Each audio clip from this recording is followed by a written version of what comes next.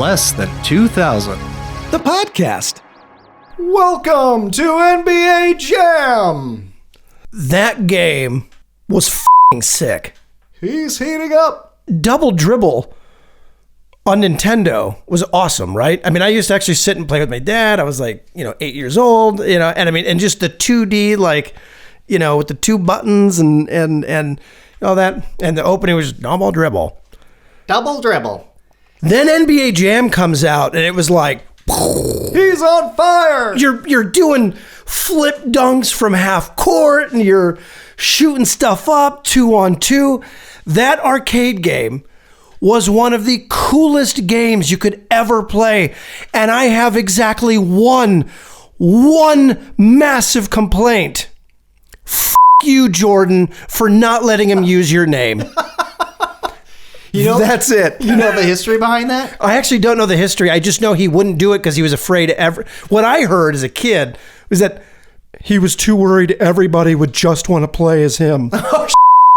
Here's what happened. So he had a Nike deal. The Nike deal was so big that it was actually bigger than the NBA Players Association licensing deal. And I don't know if Nike wouldn't sign off on it or whatever, but they could not use Jordan because of the conflicting Nike deal, which is, think about that, bigger than the Players Association. Wait, bigger than the NBA license. So you mean really all this time I have Nike to blame? Those Air Jordans that you like so much? Yeah, I just got a whole bunch of 1s and 3s, and now I'm like... pairs of Nike Jordans. I'm kind of pissed now. High tops and everything. So, yeah, made by little slave children in Taiwan. Way to go, man. Let's not get into that. Hey, you know what? No, my buddy's brother is an actual engineer for Nike.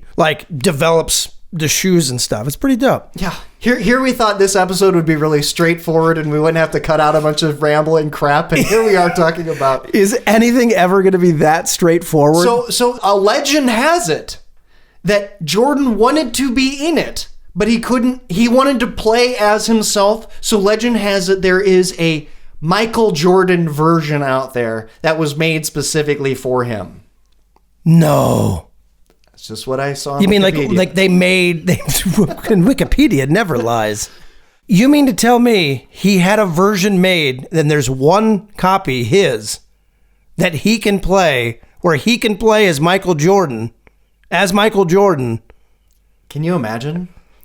I mean, that would be just so incredible. So yeah, before this, we had 1986's NES Double Dribble, which was a decent basketball simulation. It was really, really basic, and not very good on the eyes. Then there was Arch Rivals, which was an arcade game, 1989, and that one had punching. You could punch each other. It was kind of like a combat meets basketball version. Oh yeah, I forgot about that. And then there's NBA Jam, and it blew the roof off of everything. Now, believe it or not, you may not realize this, kids, but because nowadays games are so ubiquitous, it's just part of everyday American society. Everybody plays them, all worldwide, boys, girls, everybody. But there was in fact a time when video games were not necessarily cool. You were kind of a nerd if you still played video games beyond a certain age. I remember those days. And there's kind of an awkward phase where you kind of grow out of things like Teenage Mutant Ninja Turtles and all this stuff. Well, and this was kind of that age, 12, 13-ish.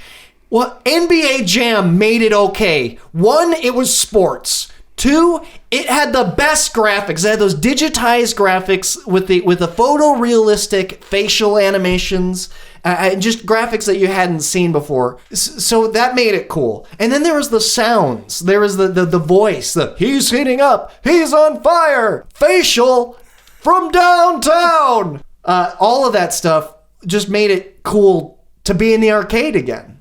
Yeah, because at that point in time we were just discovering girls, and girls did not want to go to the arcade. But if you told them about NBA Jam, it was okay. They wanted to play it because it didn't take a whole lot of skill. I mean, it was all about dunking. It took everything that is most amazing about NBA basketball and said, we're just going to make a game where forget having to worry about passing 5-on-5, knowing how to play, running plays. No, just go down and dunk the ball from the free throw line. You know, And if you- doing flips in the air and just, you know, and remember, that was right after Shaq had actually broken the rim. Yes. Remember what the first time he actually Brought it down. shattered and Yeah. brought down the, Yeah. and they put that into the game. That was so cool. If you did it just right, you could hang just long enough and pull it down and it would shatter. This is amazing. I mean, the flaming basketball. If you shot like a regular jump shot in that game without it being a three-pointer, you're doing it wrong. Like, it was all about the dunks. It was all about Dunks and threes. And then if you hit 3 shots in a row without the other team getting one, you were on fire. And then suddenly your shot was like a heat-seeking missile. You could take shots from like the half-court line basically and get 3-pointers. And it was just such a creative way to play basketball. Yep. You know, here's what's interesting, because think about this. In 1993, around that time, Super Nintendo was already out, right? Yep. Like games, in-home gaming was starting to become a bigger thing. You already had Atari, Nintendo. Now Super Nintendo is out. Things were starting to grow. Sega. You're starting to grow and change. This game generated for actual arcades $1 billion in quarters. This thing basically brought back gaming to the arcade. You're not cool if you go and play a pew pew shooter game, but you go play NBA Jam, you're the You're amazing. and the NBA was really cool at that time. The NBA was like was a really cool era. Oh, it was amazing. It was such a fun time for the NBA. Charles Barkley was on the Suns, you know, Dominique Wilkins on the Hawks, the Utah Jazz, Karl Malone and John Stockton. I remember, since there was no MJ, the coolest guy in the game was Shaquille O'Neal on the Orlando Magic. And the thing is, you had only 2 players on the original. And so if somebody played as Shaq, who was by far the coolest guy in the game. Was it Shaq and Hardaway? Who was it? It was Scott Skiles. No way. That tiny little white guy who was just With Shaq? With Shaq. So you had the biggest, most badass player, but somebody, if you wanted to play on the same team, had to play this little dinky little white guy who was good at threes. But I mean, I wonder how many people fought. All right, when when 4 people came up to play, the arguments that happened. No, I'm going to be Shaq. No, you be the other dude. Yeah. Who is the other guy? I want to be Shaq. Scott Skiles. I remember, you know, I lived in Phoenix for years, and Scott Skiles became the coach of the Phoenix Suns. Head coach of the Phoenix Suns. I still thought of him as the little white dude with Shaq on NBA Jam. I don't care how accomplished of a basketball coach he was. And then, you know, if I couldn't get Shaq, it was Charles Barkley. Just because he had almost had the same stats. Power was a stat, dunk was a stat, and so those were kind of my guys. Yeah, I always stayed away from Barkley because of you. Jeez. Not because you would pick him if it wasn't Shaq. It was just you loved Charles Barkley, and you actually gave me a lot of crap for liking Michael Jordan. Right. And I don't know if it was just because you wanted to make sure that you hated something I liked, or if it was just you wanted to have your own voice. But you were like fascinated with the Suns and with Charles Barkley. So on principle, even though I liked Charles Barkley, I can't play him. I can't be him. Even when you weren't there. Sorry. Here's the deal with that. I was a troll even back then. Even as a little boy, if something was popular, I had to hate on it. So because MJ was mind-blowingly, by far and away, the best player anybody had ever seen, and certainly the most popular of our lifetimes, way better than, you know, Larry Bird and Magic Johnson, couldn't even come close. I had to hate on the Chicago Bulls. I had to be the bad guy. Everybody liked it, so I couldn't. So I liked Clyde Drexler and the Blazers. I liked, you know, the Phoenix Suns. I can't remember who they played in the first one, but I was always on the other side. And because of that, I never played as Charles Barkley. I remember when Michael Jordan finally retired with the Wizards. This was in 2002, 3, or 4. I remember calling you because I was sad because it finally hit me. the greatest basketball player of all time just retired, and that's when I suddenly liked Jordan. You remember that? Yeah, I do. Now that he's gone, and what's funny is a wizard. I think and the thing is, I think when you were sad, I was like, in my mind, I think I was like, he retired years ago. Like I never counted the Wizards. Like he was already gone. I mean, it was kind of, there was one moment where you went, yes, he's back, and then like a game later, I was like, So that was NBA Jam 1993. Then they come out with Tournament Edition in 94. And that one was a step up. It took everything you loved. It took away a couple things, though. It took away Shaq. It took away Barkley. That killed me. But you suddenly had 3 players to choose from, and you could rotate in and out. that part was pretty cool. Yeah, that part was everybody pretty had cool. different stats, and stamina was a stat, so you had to rotate in the third character every once in a while. You couldn't just go down and dominate with like perfect stamina at all times through the whole game anymore. And then you had the 3 players that you could rotate in and out. This is the one with the Charlotte Hornets being the Alonzo Mourning, Larry Johnson, and Little Muggsy Bogues. That was my guy. That was my team. I have to correct you. According to Wikipedia, actually, Tournament Edition came out in 95. No kidding. So the NBA Jam Arcade was released. The reason it felt like it was new is because they were repackaging NBA Jam Arcade. And then in 94, they did the Game Gear and Sega Genesis and SNES version. So it came out in 93, then it came out for home entertainment in 94. Then it hit Game Boy November of 94. So in like 8 months later, then it came out for Game Boy. Then in February of 95, that's when the Arcade Tournament Edition came out. So it felt like, oh, sweet, a new game is out. But really, it was so popular, they just kept remaking the same game and releasing it on different platforms over the course of a year and a half to 2 years. And it makes sense. You know, you mentioned the $1 billion. It raised $1 billion in quarters, the original one. And part of the reason for that was, at least when it first came out, you paid per quarter to play. And it was 50 cents. It was 2 quarters to play 1 quarter. So to play a whole game, which was probably maybe 10, 15 minutes total, 15, 20 minutes total maybe, $2. But that's insane for 1993.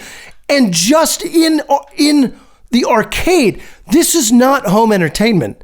This is not people buying the game. Yeah, and keep in mind, this is down the kind of, arcades were going down at this point because the home consoles were so good. SNES, Sega kind of brought you that arcade experience at home, largely, not completely. But NBA Jam and Mortal Kombat were such great graphics and so unique that you really couldn't get that at home originally. So it made you go back out and drop quarters in. Because really, before NBA Jam came out, I think the last really cool game was probably Teenage Mutant Ninja Turtles, which would have been maybe 90, 91. The Simpsons arcade was pretty sweet. That was amazing. And then the T2 arcade game. Yeah, those 4-player games were awesome. Yeah. I love those 4-player games. Yes. I'll never forget when I loved Alonzo Mourning so much. You traded me an Alonzo Mourning like draft pick card for a Michael Jordan card, and then you showed me the Beckett. I already had the Beckett that had already come out, and you didn't know. You paid me cash. Placed. Yeah, you paid me cash. You gave me the card. You gave me the card like $40 cash, and then realized that the card had dropped in value. No, mine had increased. Yeah. The Michael Jordan card, because it was the Scoring Kings card, that one had launched to be worth, Didn't have lightning behind it and everything. Lightning behind it, yeah. But your Alonzo Mourning card had dropped in price, and you took didn't know a picture of it. Yeah. There was a actual photo of me looking pissed from just the moment of realization. Another team that was awesome on Tournament Edition, the San Antonio Spurs. It had David Robinson, Sean Elliott, but mainly it had Dennis Rodman, who was like, yes, he hadn't completely gone off the deep end by 94, 95, but he was definitely an out there character. He had the colorful hair. He wasn't doing drag or anything yet, but he was an awesome character. His toughness, his power was way up. His rebounding stat was way up. That was another team I played all the time. He was with the Bulls before that, right? Yes. Yeah, okay. No, he joined the Bulls after the Spurs.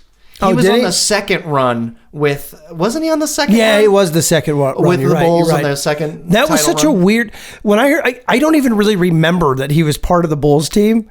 Like, I don't remember him being part of the team. This NBA Jam and Tecmo Super Bowl are the two best sports games for my money. Nothing ever had to get better than All that. right, we'll have to talk about that later. Like, that I want to talk to you about. You know how Arcade 1-Up is releasing? They've already released Mortal Kombat Trilogy on the little mini, like 3/4 stands. July of 2020, they're releasing NBA Jam. Are they really? Yep, $5.99 is the sticker on it. So we could get like a little arcade version. Is it the original? It's the original, right? The original one. Just See, they're so they know. So they go, they're like, we're not making any money on everything else. Go back to the original. You're going to get a whole bunch of people who actually buy this thing. if they're smart, they'll do the 2-in-1, the original and tournament edition. Yeah. Just like the Mortal Kombat Arcade 1-Up version is all three of them. Yeah. That's what they should do. That's absolutely what they The should Turtles one is the original Turtles arcade game and the Turtles in Time. do. Is it really? Yeah, so that's great. I think I'm definitely gonna have to buy all of those. If they come out with the Simpsons one, I'm definitely gonna have to get it. Every year, my wife and I actually go to the arcade on her birthday. And we go to Dave and Buster's on her birthday and we play video games. But there is no experience that has ever come close to matching the early 90s when you'd go into an arcade with a sack full of quarters and you could play Simpsons, Teenage Mutant Ninja Turtles, NBA Jam, the T2 stand-up arcade. The games that we grew up with at the arcade were amazing.